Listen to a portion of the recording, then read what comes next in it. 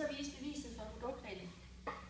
Og det er, at det hedder f af x0 plus h minus f af x0, hvis man så antager, at h går mod 0.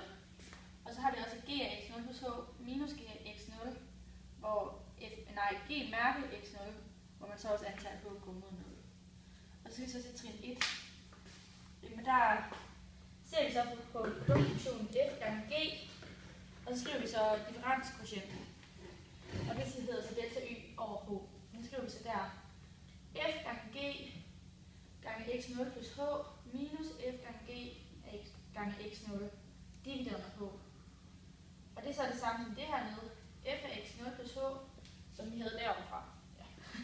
Og g af x0 plus h minus f x0 gange g x0.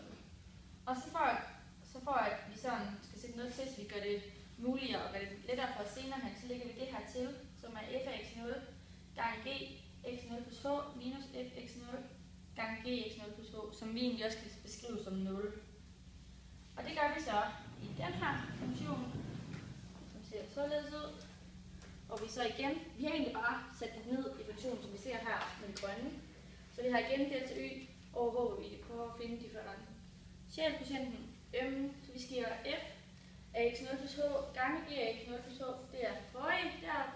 Så sætter vi så vores nulligning nu, som er det der f af x0 gange g af x0 plus h